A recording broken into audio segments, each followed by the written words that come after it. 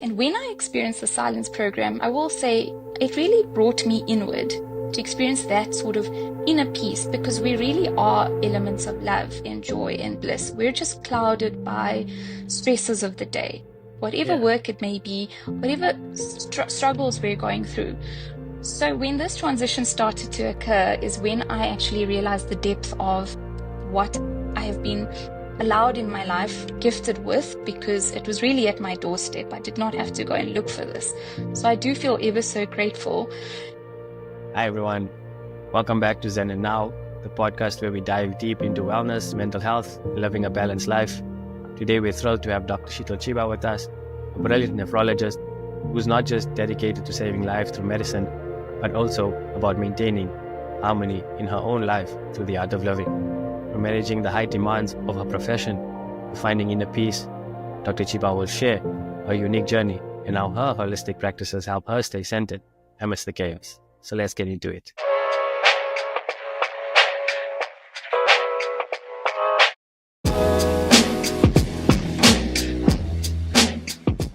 Welcome to the show, Sheetal.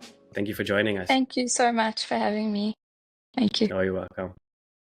So, nephrology and medicine, where did the fire ignite? I must say, I'm intrigued by the science. Nephrology is a very rapidly evolving science. For anyone that doesn't know what that is, it's a specialization of the kidney. And because it offers a vast array of a spectrum of disease, from stable patients to very unwell patients, I find myself never being bored. And what's so relevant is that we live in a country, so I'm South African, and more than 10% are burdened with chronic kidney disease. So that would be the stable patient profile that I see, or that we see.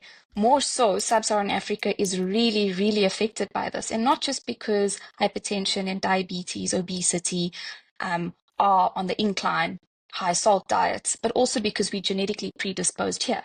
I say that, but if we look at the United States, 1 in 7 people are affected by chronic kidney disease.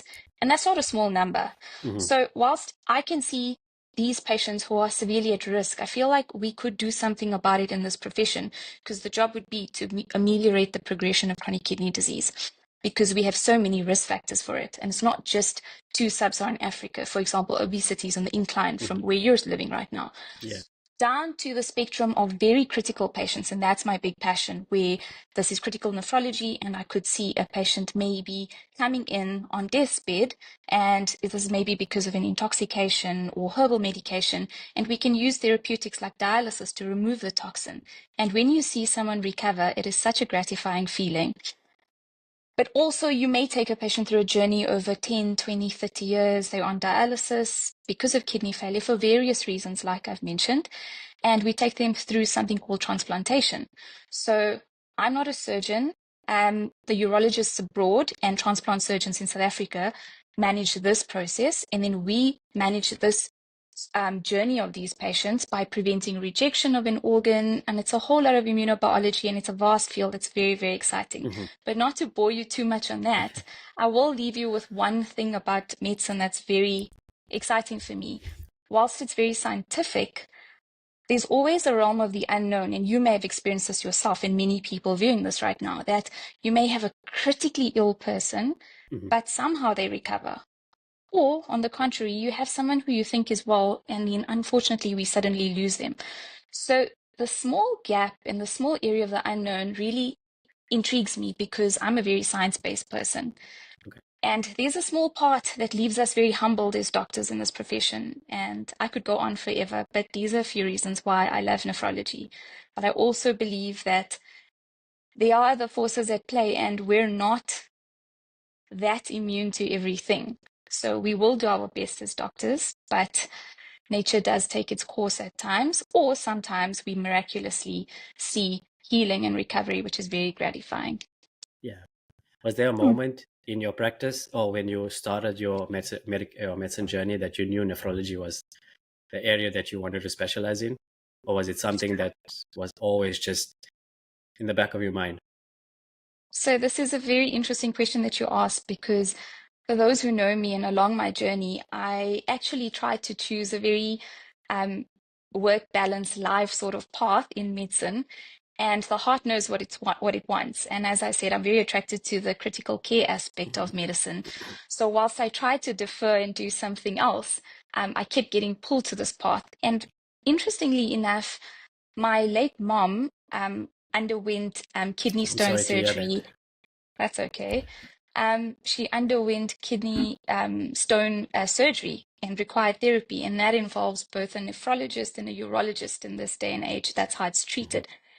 And the bigger irony is that I married a urologist. Of course, we met before this whole process had happened. Right, right. And I defied this process of becoming a nephrologist just because I wanted this easier lifestyle, at least I thought. Mhm. Um, but you can't deny what's meant for you also. So Yeah, here I it's your, am, and I have was it no your, regrets. it was your calling, right? I would, Something, some would something call you would it say. that. Yeah, Yeah. amazing. And the demands that now that you're in the practice, has it shifted from when you first started to where you are now? It is a very demanding profession, yes. But I think what is very important is to maintain some sort of balance. So you may feel, or many people may feel, that I will choose a practice like I thought. I choose a profession that isn't as demanding.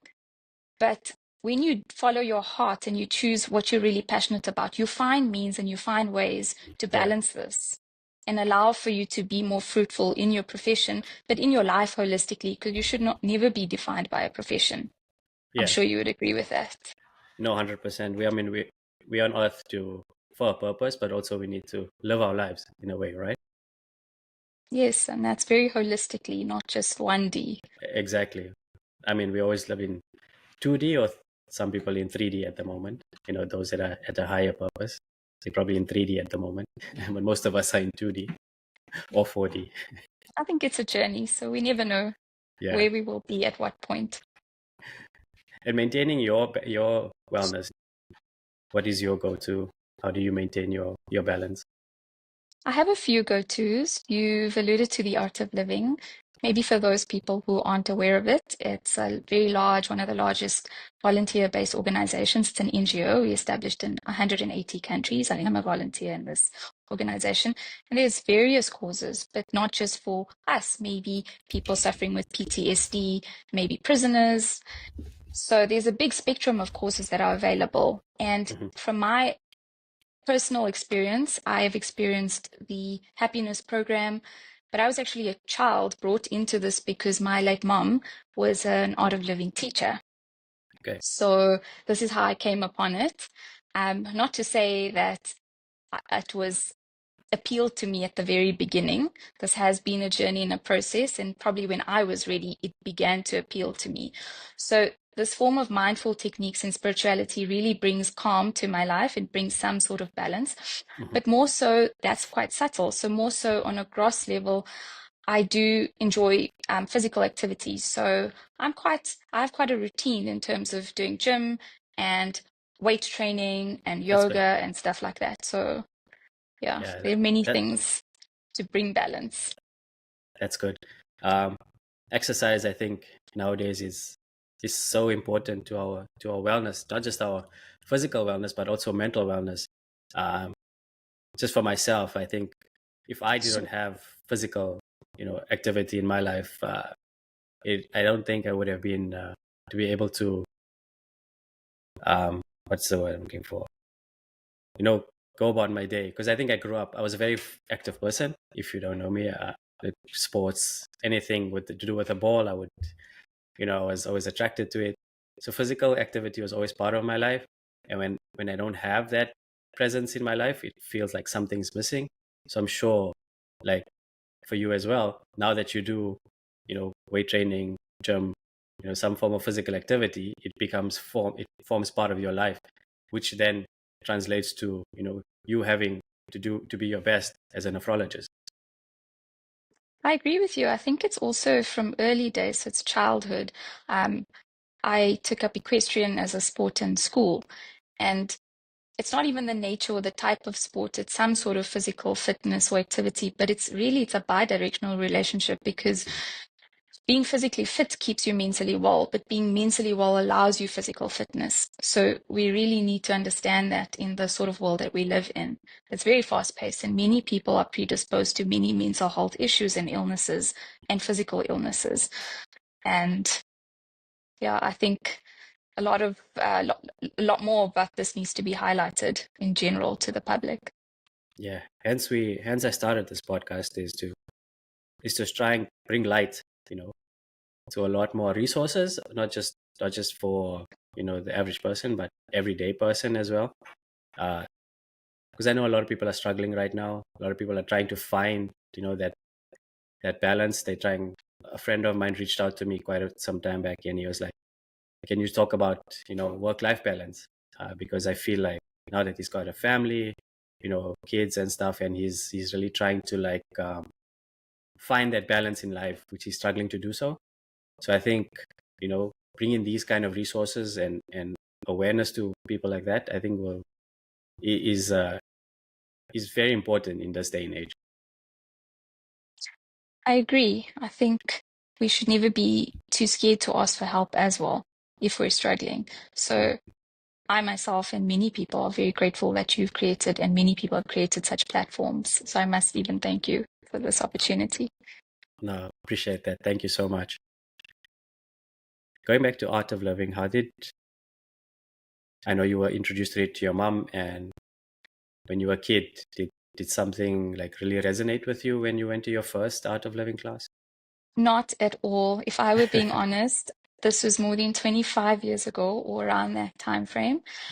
And of course, if someone in your household discovers something that's beneficial to them, in my mom's case, yoga teacher, and she experienced the happiness program, you'd of course want to share it with your loved ones, your near and dear ones. So we were all then introduced to this.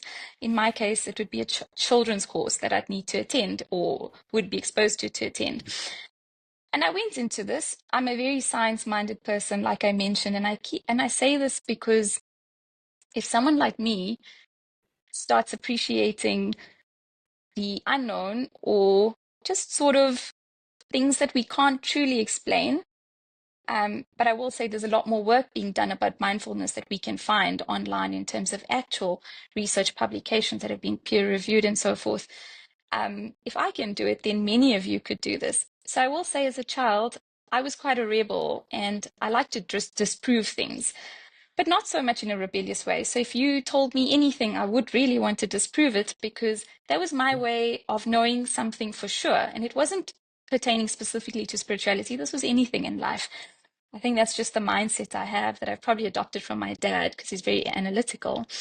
It's a gift in many ways. But in this case, I mean, I didn't truly know this wealth that I was sitting on because I was very lucky and honored to have been introduced to the founder of the Art of Living from a young age, Gurudev Sri Ravi Shankar, for those that are not aware of it, or him and the organization. And I didn't really feel much, to be quite honest.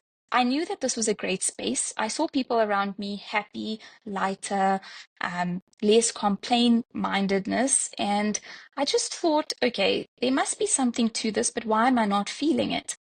And I also think you have to be at the right place and space and time in your life for that penny to drop or for some sort of spiritual awakening to then transform your life. Okay. And it was not until I experienced, I became an adult and then I experienced the happiness program still too. This was great. It was a tool that helped me with stress reduction. Matric was not that difficult in terms of I didn't find it too stressful, and I maintained a lot of balance. But I didn't realize that this was the reason I was allowed to balance my life because I was less stressed. Yeah. I was almost ignorant about the impact on my body until I experienced the silence program that is available from the Art of Living and by the Art of Living teachers. And then I started experiencing something that we as young adults don't often do. We're so surrounded by a lifestyle of aesthetics and very superficial or small sort of or shallow sort of gratification. Mm-hmm. And I don't mean to be rude to the general public. It's just a transformation I've seen from childhood. Simplicity has become glory, has become very elaborate in this day and age. where screens are really important rather than just simple conversation or 100%. less monetary involved pleasures, for example. And when I experienced the silence program, I will say it really brought me inward to experience that sort of inner peace, because we really are elements of love and joy and bliss. We're just clouded by stresses of the day, whatever Yeah. work it may be, whatever struggles we're going through. So when this transition started to occur is when I actually realized the depth of what I have been allowed in my life, gifted with, because it was really at my doorstep. I did not have to go and look for this. So I do feel ever so grateful. And whilst one should never have regret in their life, I just wonder, why did I not enjoy or really realize the depth of what I had then? But then you realize that it's all a journey and you have to go through that and opposite values to really appreciate what you have now. So this was still many years ago when I experienced my silence program. I'm 37, so this has been a very Very long long. journey, but a good Yeah. journey. And I can't look back here on. No, no, you're 100% correct. Uh, the same as you, I don't think knowing what I knew then, know what I know now, I don't think I appreciated what I had in terms of my calling, in terms of helping people, and I didn't understand it. Um, but like you said, it's a journey. We have to go through the ups and downs. We have to go through the depths. We have to go through those traumatic events, uh, even the celebrated events, to appreciate what we have right now. And I feel that I remember the days when the library card was such a powerful tool. You know, Mhm. we used to go on a Friday. My mom used to say, "Go to the library, bring back 2-3 books. Make sure that you come back with 2-3 books and you read." But the journey was going, actually physically walking to the Extension 3 library, spending some time in. It's just the smell, that when you walk into a library, it just has that feeling. Nostalgia. Yeah, Yeah. yeah. Whereas now we have information at our fingertips, we can just pull it out. It's there, bang, And I think we've as a society, we're losing that conversation part of it as well. Where I'll give you an example. The other day, I walked into a coffee shop and ordered my coffee, and I just started like perusing the environment, and not one person had their head up talking or Mhm. having a conversation with anybody. Everybody was plugged in, dialed into whatever they were doing on an iPad or phone or laptop or headphones, and it was just silence. There was no one actually having that physical conversation, and people exchanging ideas or just talking to one another. And we have gone so inward as a society that a lot of now these mental health or challenges are coming to light. I couldn't agree with you more. I mean, we should not be surprised that ADHD is on the incline with children stuck to screens, adults becoming more recluse because of what you just described, suicide rates on the increase because people isolate themselves. Mhm. So we are to blame in the sense, despite technology advancing, but that is why I'm forever grateful for these sort of platforms and opportunities and courses and mindful techniques and organizations that exist, because they really are there. And you could be someone like me who's literally, it's at your fingertips, this wealth, and you don't really realize it, but you don't know you need it until you've experienced it. So I Yeah. have said to you, I like proof and I want some sort of proof about these techniques. But it became a journey. So it transformed for me because I experienced something that was just wonderful and vast and an inner space and an inner calm that no screen and no outside material experience or financial gain is really going to give you. Because when we leave this world, we also leave with nothing. Nothing. Yeah. So it's really important that we strive for contentment in this day and age. And there are ways that we can do this. And I think we all should really benefit from these opportunities that are available to us. For Yeah. those who don't, for those who don't understand or who don't know about the silence program, can you just give us a bit of in depth of what does that practice entail? I think the introductory course would be the happiness program. and you would learn a few tools and techniques. I say a few, but it's actually pretty profound. And once you've completed that, would you be eligible to do a silence program? I don't want to share too much because I think part of that intrigue after having done the happiness program will bring you to this journey. I will say it is not a difficult process. It's Mhm. very doable. And there's one available, I mean, it's in 180 countries, so it's very easily accessible. If you would like my experience about it, as I've mentioned, there's no secret that you do go into a silence time frame. And really to bring your senses inward and to really experience the journey of life from within you, because everything is already within us. You mentioned earlier about different emotions and people go through hard times.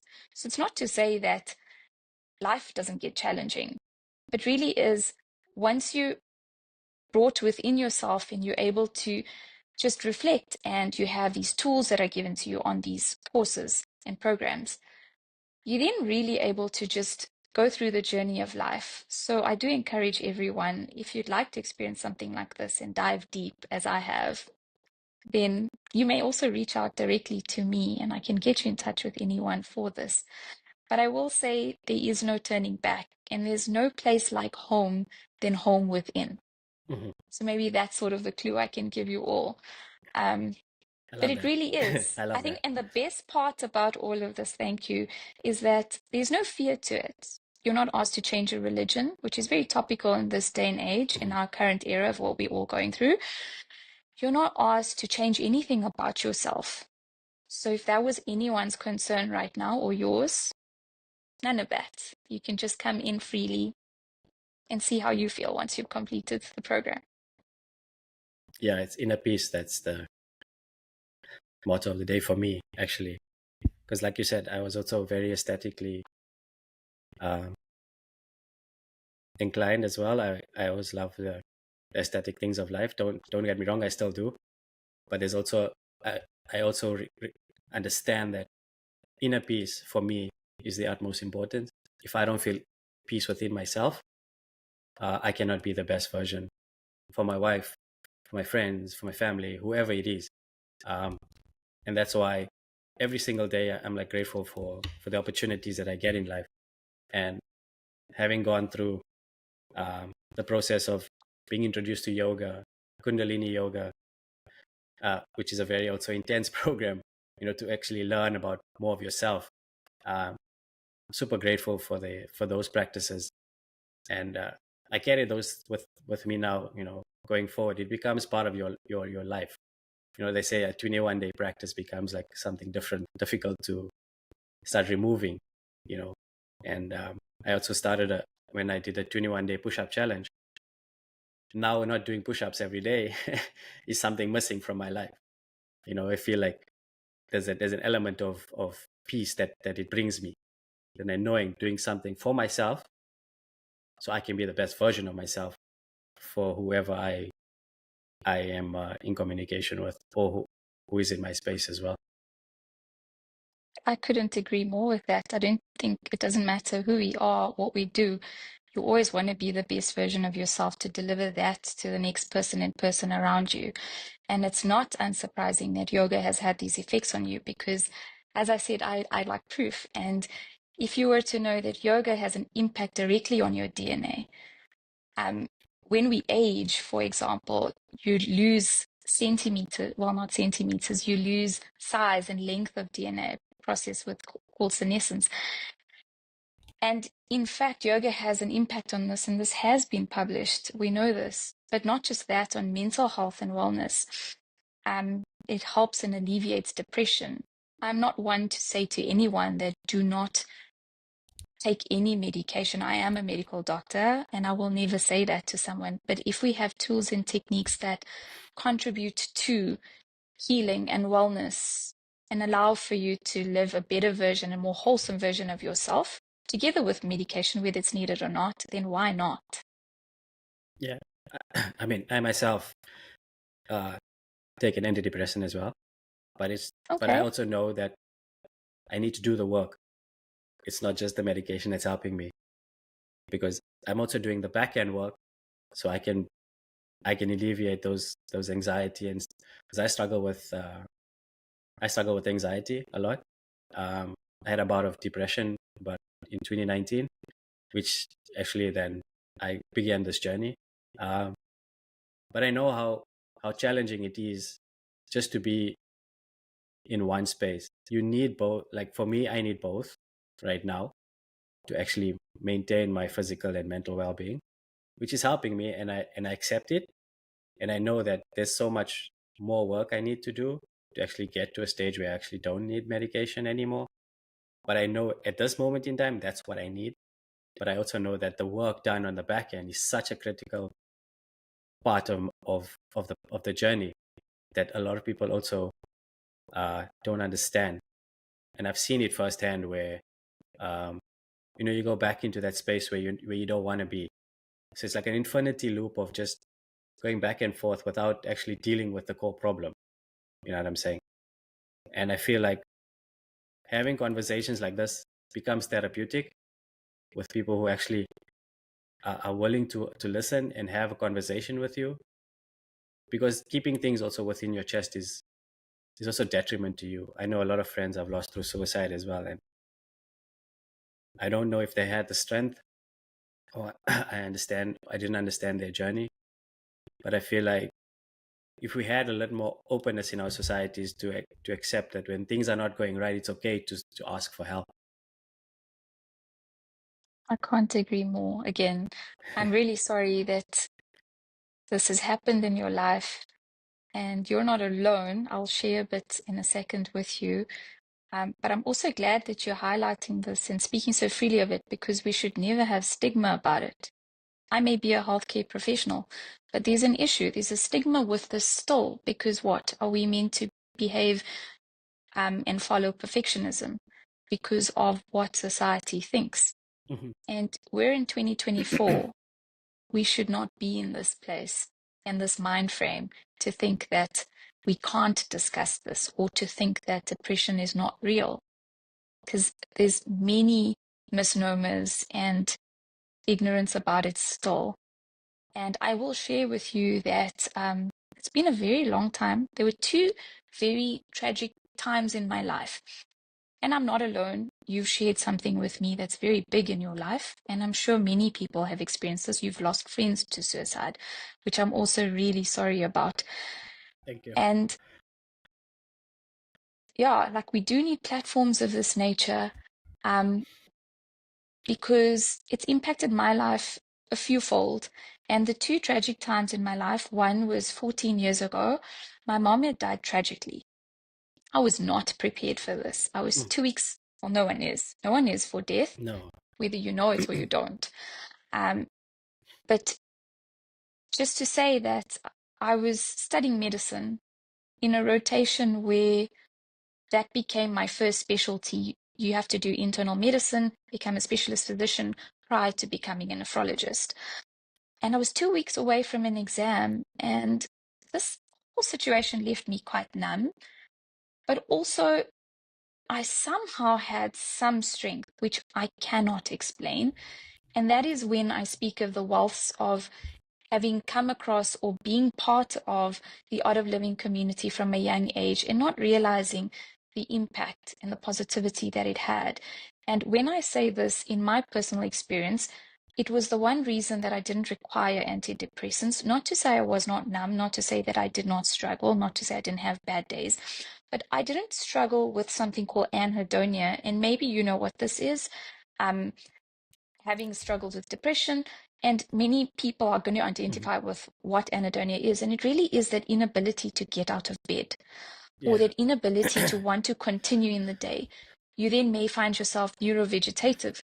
That's a Yeah. state where, you don't eat and you're not responsive. You have a spouse, a partner, a loved one, a parent, a child who wants to do everything for you, cannot actually understand the situation that you're in. And I'm pretty sure of this because my own husband, when he had met me, did not really understand what the loss of a mom is Mhm. until, unfortunately, he had lost his own mom. Oh, And I'm that's sorry the to hear that as well. second tragic event in my own life. It is okay because it is the nature of life. And I am Hindu, so we believe in karma.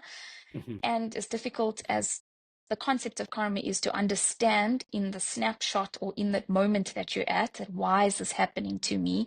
You kind of have to just understand that this is meant to happen and find ways forward as you have. You're putting in the work whilst you're on therapy that you should be on until maybe there comes a point where things change and the psychiatrist, advises differently. But the second difficult period was not too long ago. It was the 19th of July last year, but this was not a tragic death. We expected this for 3 years Okay. because she was diagnosed with cancer, and it was a urological cancer that both a nephrologist and a urologist deal with, which was Oh wow. karma on ecstasy for me. It was, why is this happening? Happening. And these specific tools and techniques, having been in the art of living, didn't alleviate all the pain or eliminate it completely. But what it did do is it allowed me not to require antidepressant therapy. And if I had needed it, I would have been on it for sure. I had no objections to that. But I can just tell you how having this strength in my life helped to some extent, but I had to put in the work, as you're saying. So physical fitness is important. Having a good support structure, friends and family around you. Yeah, that's so And if I may important. add something a bit, exactly, if I may add one more fact, and this is really not for pity because time Oh no. has passed and life is meant to be in this very way. But my late mom-in-law had died on my late mom's birthday. And Wow. that was really an eye-opener for me in terms of what is life about. But then I realized I very quickly stopped asking the questions about what if, or what life is about, and rather moved towards living in this present moment and dealing with each moment as it comes, because feelings and emotions wax and wane. Mhm. So I will say it's been a big strength to me to have this, but I could not have done or gotten through this period, neither could my husband have, without support and friends and a psychiatrist or psychologist that may deal with post-traumatic stress Traumatic stress. disorder or yes. And I think we always need many avenues combined to help us in whichever way possible. And the biggest thing and the best thing we can do for ourselves is acknowledge that we're going through this without any stigma, without any concern about opinions of society, and Or get the best judgment. help that we can. Or judgment. 100%. Yeah. First off, thank you for sharing, that with the audience and me. I'm truly sorry also for the loss that you faced in your life, and all the the hardship, the emotions that you had to go through. But thank you for sharing. I think a lot of people would resonate with that as well and know that they are not alone. I think that's where we come back to is 100%. we are not alone. We always feel like in that moment we are the only ones going through or experiencing those events. Um, not to take away from your own experience that you should be, you should not just say, oh, I'm in this experience, I'm not alone, and you shouldn't be struggling. No, there are times when things get really, really tough, and like you said, the support structure is so important. You need the right people around you, um, and that's where also a lot of toxicity is spoken about now, especially on like social media, within our societies, where we didn't understand what toxic looked like back in the day, because we all knew what was in front of us that was it. That was our following, that was our families, that was our friends. But as you said, as the journey goes along, we start to learn more about ourselves. We start to learn who we want in our space, and I'm sure, like your husband and yourself, you probably were there for each other as well. It couldn't have been just helping or finding solutions, but the emotional support was there, right? Most definitely, but it doesn't always look picture perfect as one may think whilst watching this podcast. Hmm. There are times where there are tears and you're both shedding tears at the same time because I took my mom-in-law as a mom, as my Hmm. very own. That's how close I was to her. So the point is not being alone, to highlight what you had said, that you're not alone and no one's alone in this journey. I think we often feel so isolated and annihilated, as you described, walking into a coffee shop, everyone on their own devices, choosing not to engage. So we partly do this to ourselves, but if we just take a step back and realize there are people there for us at any given time, we just need to ask for help. And I always tell my patients or family members or anyone that I see that may be at risk for mental illness or being just unwell and being in the cycle, or even colleagues being in the cycle of burnout. Because that's very, very prominent and not just specific to medicine, it's any profession. Mm-hmm. But if you know you're that person, and I'm a victim of this too, where you will not take a day off because you feel everything rests on you, and you're failing to realize that if you're a cup half empty or totally empty, you cannot serve from it, then please nominate a person, a friend, a spouse, a parent, a child, anyone that you know that can identify that when you're going through this, they know that you're not going to ask for help, but you need help.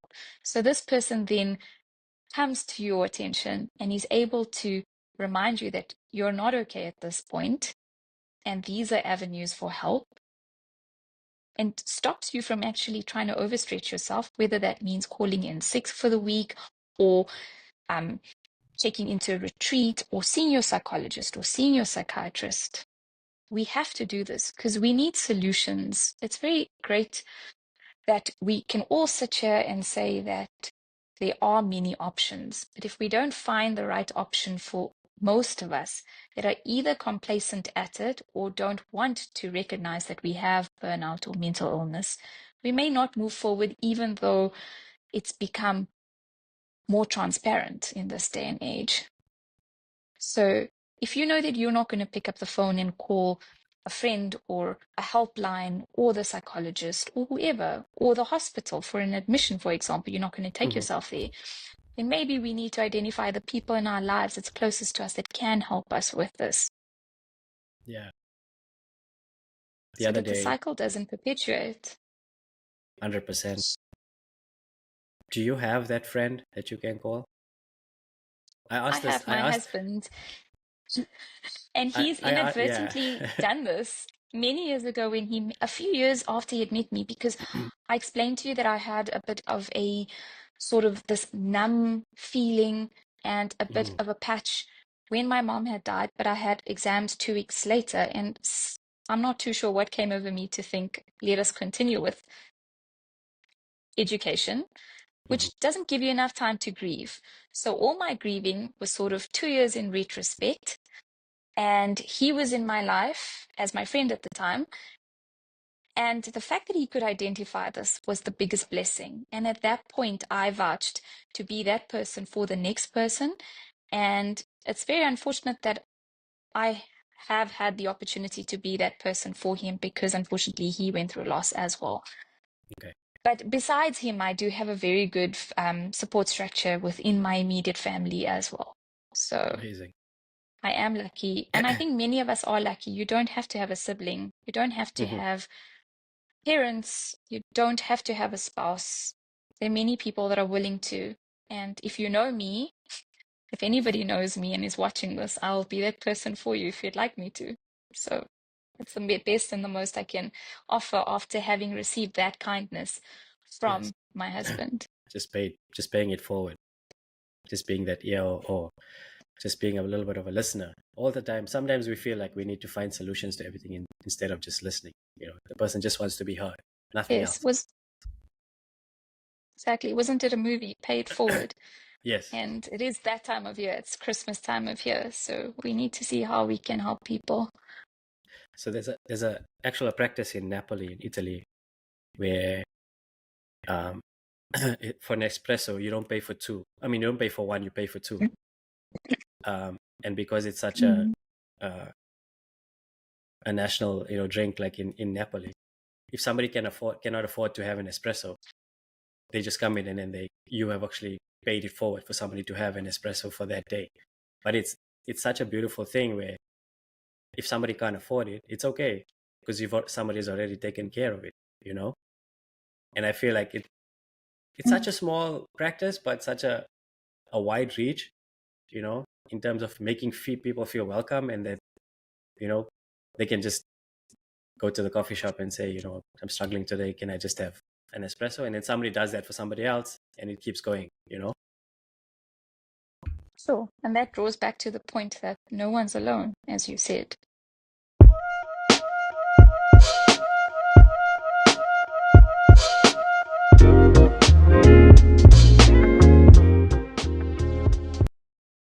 Being a nephrologist and, dealing with kidney patients, do you see, how do you manage the link between managing their mental well-being with what they're going through?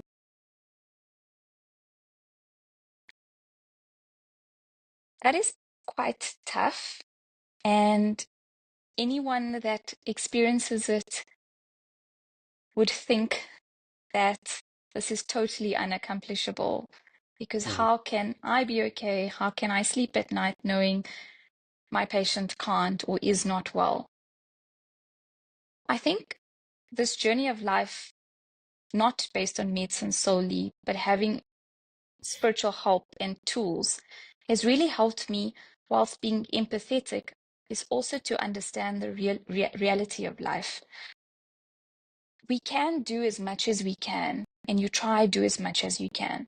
So whilst you're seeing someone for something in terms of a physical ailment or any complaint that they may come in with, it's always important to, at the back of your mind, screen for or think of the biopsychosocial approach, which is something that you're taught in the very early or your former years of medicine.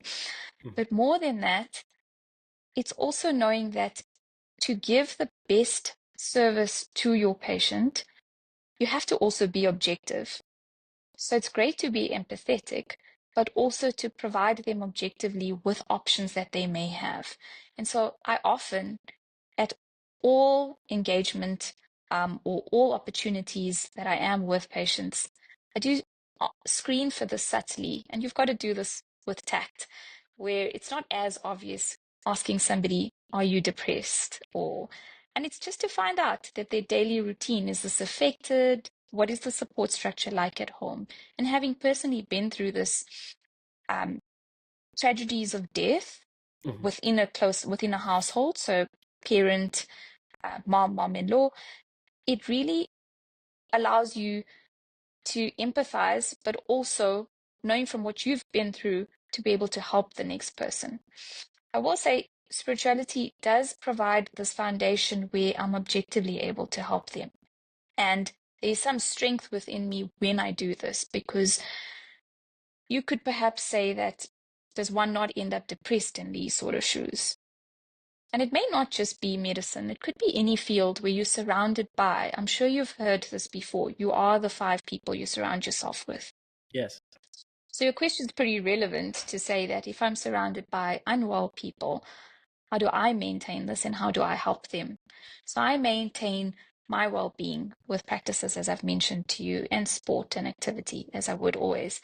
But to provide the best to them is to also give them the options that they have and also protect their mental well-being by these options that are available to them. But of course, ensuring that their physical health is at first addressed, because there are concepts of pseudo depression, for example, in the medical field. If your vitamin Yeah. D is low, you'll present with depression. If your thyroid function is abnormal and requires treatment, whether it's underactive, you could be depressed. If it's overactive, you may be psychotic. And that would be the first and foremost aspect. But I do think a lot of strength I have drawn from is spirituality, to be able to be the best version of myself to help patients, but also with a lot of skill to be able to decipher if they're Navigate. going through something at home. And this is on every encounter with a patient. I do try this. So, yeah. I don't know if you're like me, but I feel, you feel energies when you go into a space, um, whether it's a harsh environment or So, a calm one. You'll feel it.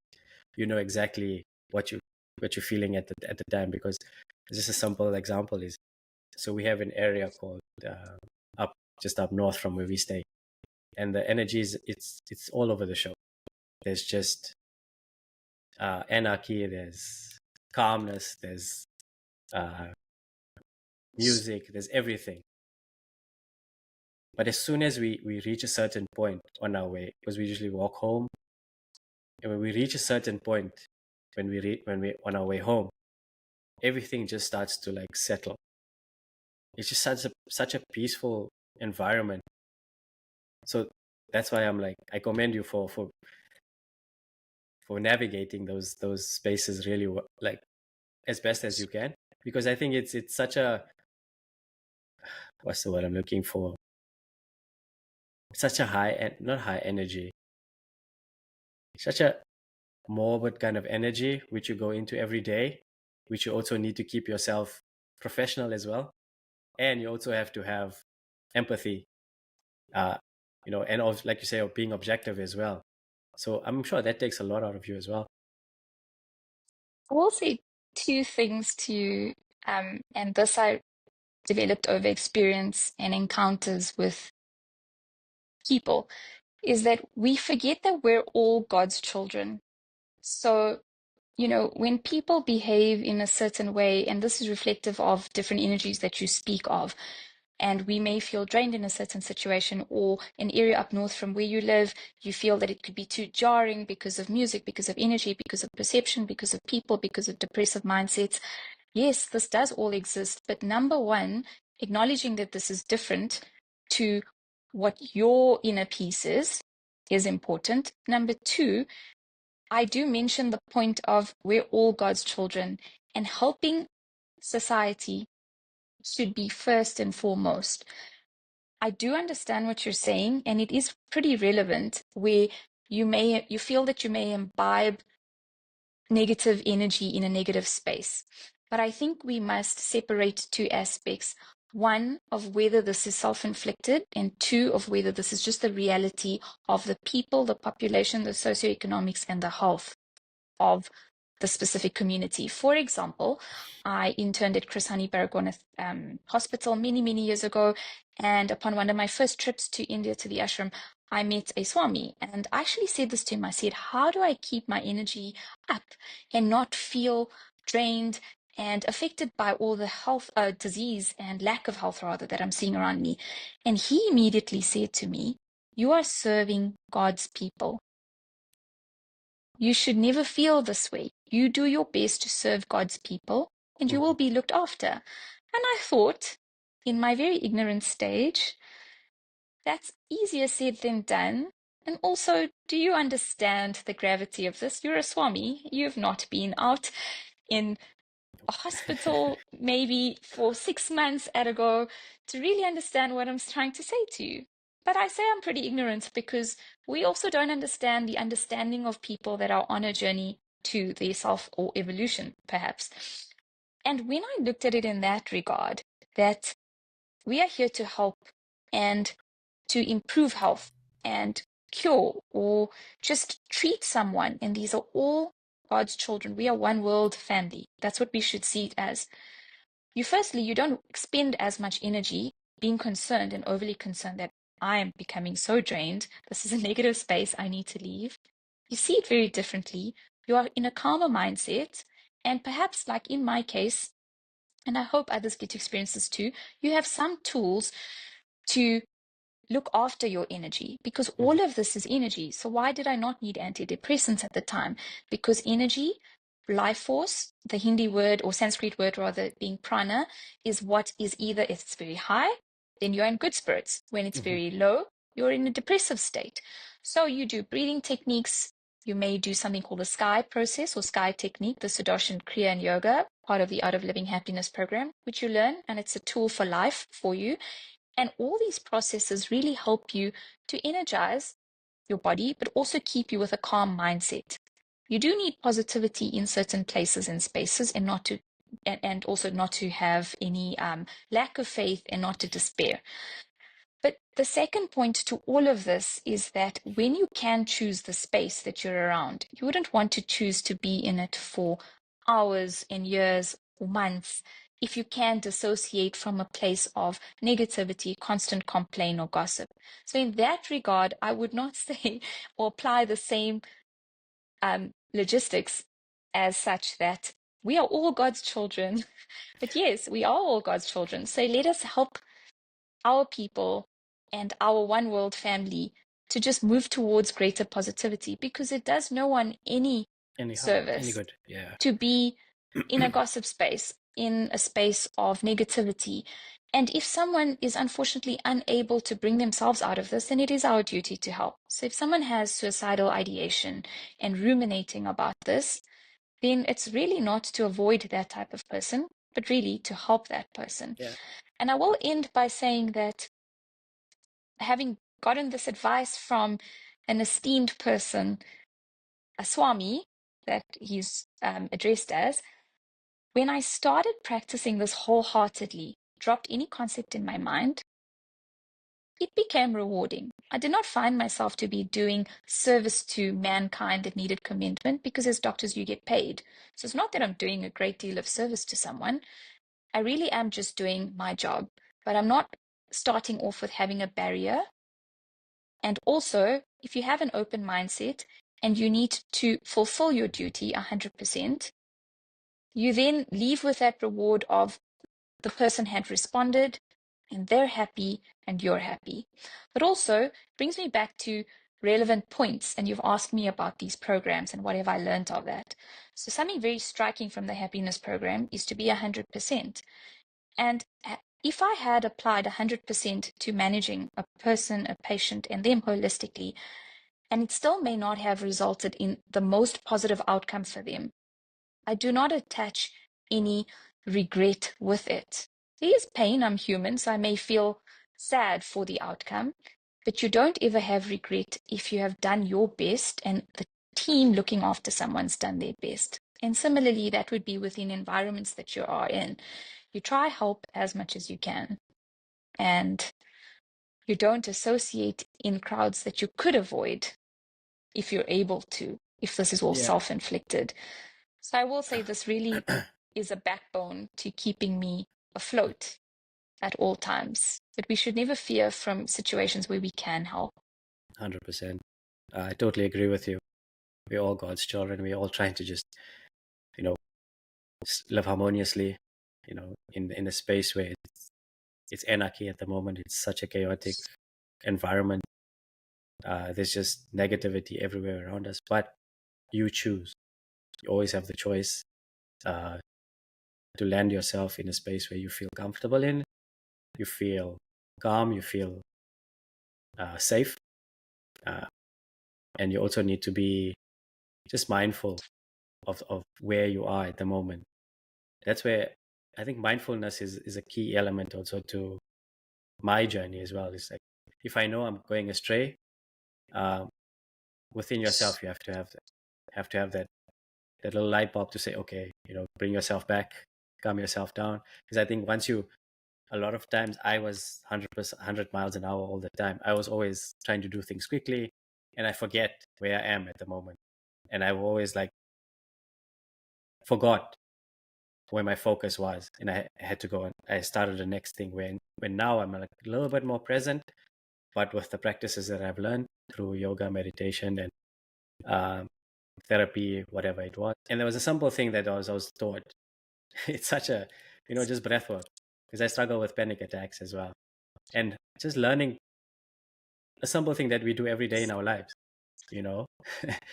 is like a core element that can just calm the nervous system down, bring you back to the present, and start cognitively thinking a little bit more clearly.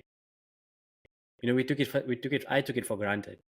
And then when I went through my own struggles, I couldn't understand why it was so simple, you know. But then I also understand that we forget that the present also is not very comfortable, and we just want to alleviate ourselves away from it so quickly that we forget that to stay in the present is not just about being in inner peace or calm or whatever, but it's about acknowledging what is happening at the moment. I am in much agreement with you about this, because there's no place like the present moment. If we were to continuously live in the past, we well up with regret and continuously live in the future, we become anxious. Not to say that you should not have executive planning for the future in the present moment for things that need to be done in the future. But that's another key point as part of the mindful techniques and the processes within the art of living too. So they're very synonymous, and it's a global feeling. I think many of these organizations that provide you with these tools. But living in the present moment is like no other. And if we nurture that fully, we find ourselves having vastness within this moment. We're able to achieve so much. We're so efficient. We rid ourselves of stresses of the past and the future. So I totally agree with that. It's also another aspect too, and you asked me, the work-life balance and not being affected in the most negative way by many experiences that we see. We see as doctors, we see gruesome and grotesque things, sure. But once you've given your 100% to the case and the person and the family and the patient that you're dealing with, moment to moment, when you live in your new moment, you're giving the next moment the best of yourself. It's not to say you've forgotten people or things, Yes. but really is when you do that, you really live a life without regret. And I think that is really paramount for many people, because tying back to mental illness and mental health, depressive and suicidal thoughts really do dwell on really the lack of accomplishment and regret and the inability to accept life as it is. So these are really key points that we need to harness in our younger generations so that we combat this and know that there are many tools to treat it. I always I always go back to our school days when I'm like, we go from class to class to class to class.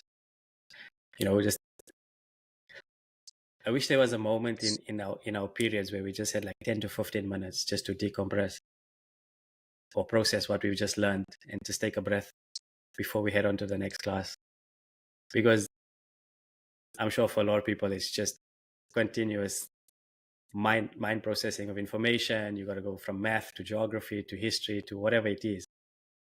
And just to take that moment just to center yourself and start again into the next class, do you feel like that would have alleviated a lot of the school stresses that younger generations can? It's a simple thing, just breath work. Just take a breath. You don't have to go to, because there's a lot of information out there right now. People are trying to find solutions and whatever. But one thing that is, the younger generation can take, even the older generation can take now, is just to center yourself 10 minutes or 10 minutes, take a breath, go outside, drink a glass of water, and then start your next challenge or your next class, whatever it is. Do you think that could be introduced? I think we're most definitely on the same wavelength about many things throughout us chatting right now. And if you look at attention spans, how long would you think one would start losing attention if you had to give me a time period? Would it be a minute, 2 minutes, seconds? What do you think? 5 minutes. And I only know this because I was recently educated about it. It's seconds. Some Wow. people can maintain 20, some people up to 45. And here Wow. we sit in school classes as children, or we sit through lectures as adolescents and adults, and they are nothing shorter than 45 minutes. And we Mhm. expect the most from our students, but knowing that this is really not possible. So mindful techniques is really important from a young age. And these are already introduced, and by no means do I mean within the art of living, I mean in other countries as part of curriculum. This is well described and well documented. And, you describe the impact on the nervous system, as you've just mentioned. And there is a colleague, a friend from the art of living, Professor Ronnie Newman, and she's published work. She's a Harvard alumni. She's published work to say that, there's an impact of pain reduction because of these breathwork techniques and the lack of need for medication.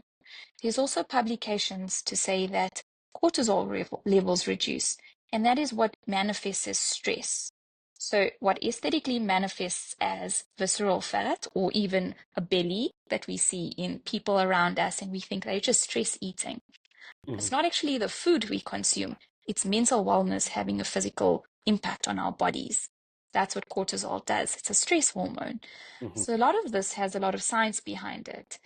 And ironically, my journey was in reverse. I was able to experience parts of breathwork technique and these processes, not fully understanding it. And the scientist person within me really wanted proof. And here I go along the journey and then finally seeing it ties up medically and it ties up beautifully. And work has been done by a number of people from many different institutions, many different courses provided, even simple Vedic chants, so the oldest Sanskrit.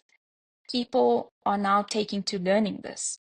And that's because of the impact on the nervous system, as you've just mentioned, where your nervous system feels so much better. Why do you think? There's even Buddhists do sound therapy. These are all impacts on the nervous system. And really, we want to go from fright and flight mode to a calmer, more sedated state.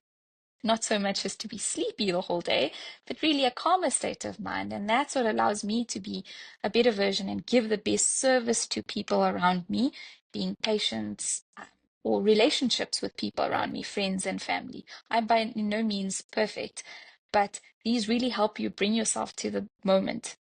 I think I said to you that one of my favorite points was to be 100%.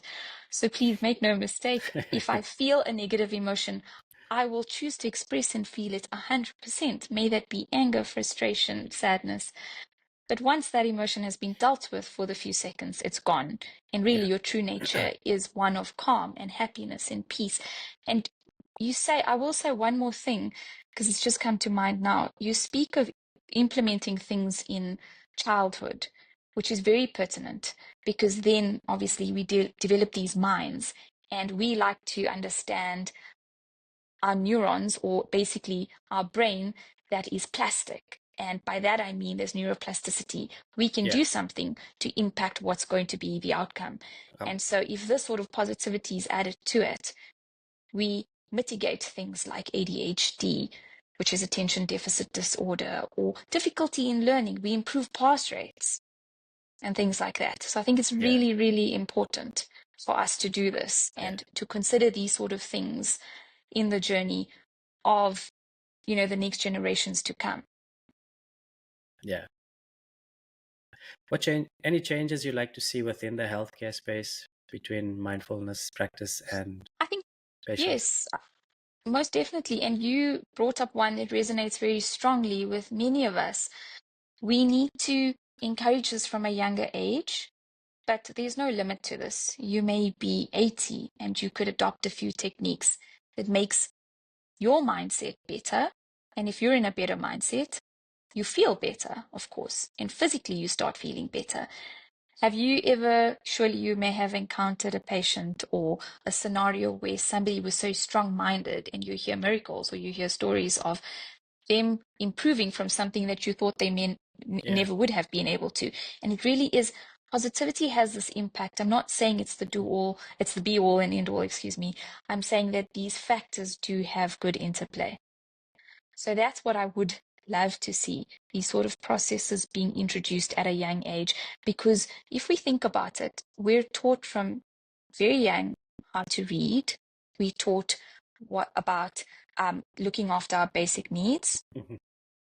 But we really aren't taught how to look after our minds, because that really is either our biggest friend or foe.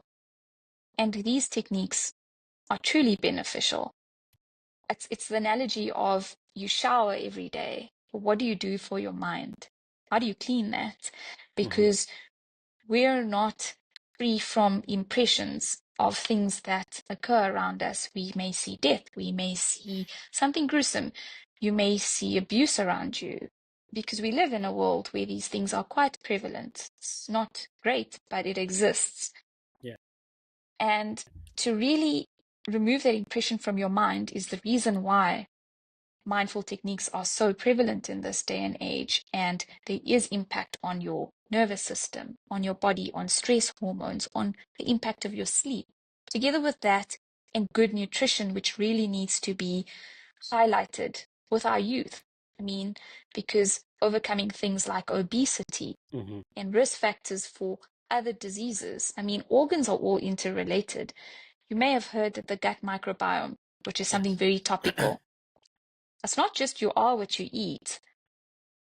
In essence, if you have a very dysregulated gut and your gut has microorganisms that are healthy for you, but should you have high refined sugars and fats, you dysregulate that microbiome. And we know that there's a link to your gut microbiome and you as a human down to your genetic makeup, your personality. So this is all very interrelated and interconnected. And we really need to look after ourselves and our young generations, as you're saying, because we know better now. So we need to bring the change pretty early. And we don't know what we are then about to see, what the outcome could be. Phenomenal people who are able to live within the present moment, who are able to be quite efficient, who are able to achieve the best to their abilities, and to have mindsets that allow to spread positivity in this world. Then you will not be worried about walking through a neighborhood where you feel the subtle changes. Yeah. And I think it takes good awareness to understand that you feel drained or you feel subtle changes in certain environments.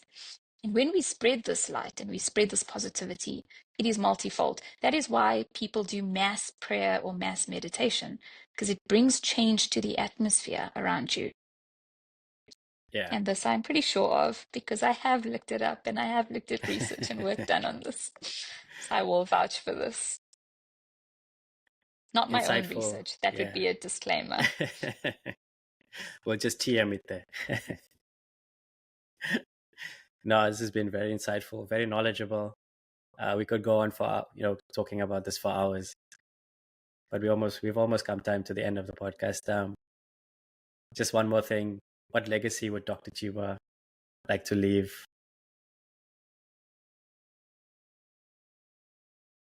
That's a big question. And I would say that if I have to look at the people that have departed, very established people, people in academia, and that includes people close to home for me, and simple people, all that I ever remember is the way someone's made me feel. Mhm. And often that is, I miss someone that is no longer physically with us, and I think of the happy times and those moments with such people.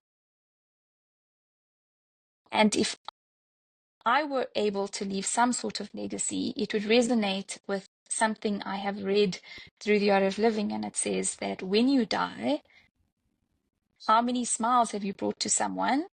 And the second thing is, how much knowledge have you gained? So whilst gaining knowledge sounds pretty almost selfish, I think we all have a level of ego and we want to pursue something. But most importantly to me would be the impact I've had on someone. And it's not an accolade for having cured you or taken you through a kidney transplantation or saved a life. It really is, did we have happy exchanges or did we have times together? Because that's what I feel to be quite prominent when I think of those who have left us. I don't really remember them for their status because we don't leave with any of that. We really don't leave with accomplishments. This life is short, this life is sweet, and I really think we are meant to enjoy every moment of it. And touching back to the knowledge gained as a second part of when you leave this earth and the quote I referred to, I don't think it's really academic knowledge. It really becomes knowledge on the spiritual level of things that we learn and how you've described subtleties that you see, describe, and feel, and you know what's good for you, and you know what's good for the people around you, and you're able to identify what someone may be going through and they're unable to ask for help. So I really think it is how many smiles and how much happiness we're able to share collectively. That would be the best gift from me and to myself that I think would be very relevant in this day and age and this world that we live in. No, I love that. Just leaving an impact on the world that will make the world smile again. And it comes with no label. I have to stress that because all of us are capable of it. At any age, we're capable of providing this for people around us. I hope that Yes. answers your question. No, very much so. Thank you so much. Such an insightful conversation. I'm sure it's going to reach a lot of people, and a lot of people resonate with the information and the journeys that both of us are on as well. I thank you so much for joining me on this podcast and sharing your insights. Truly valuable, and I hope hope to see what your journey entails as well, and all the best. That's only a pleasure, and I wish you well too. And thank you for sharing everything that you have. And it's been a great pleasure. Thank you. You're welcome. Until the next one, guys. See you soon. Bye.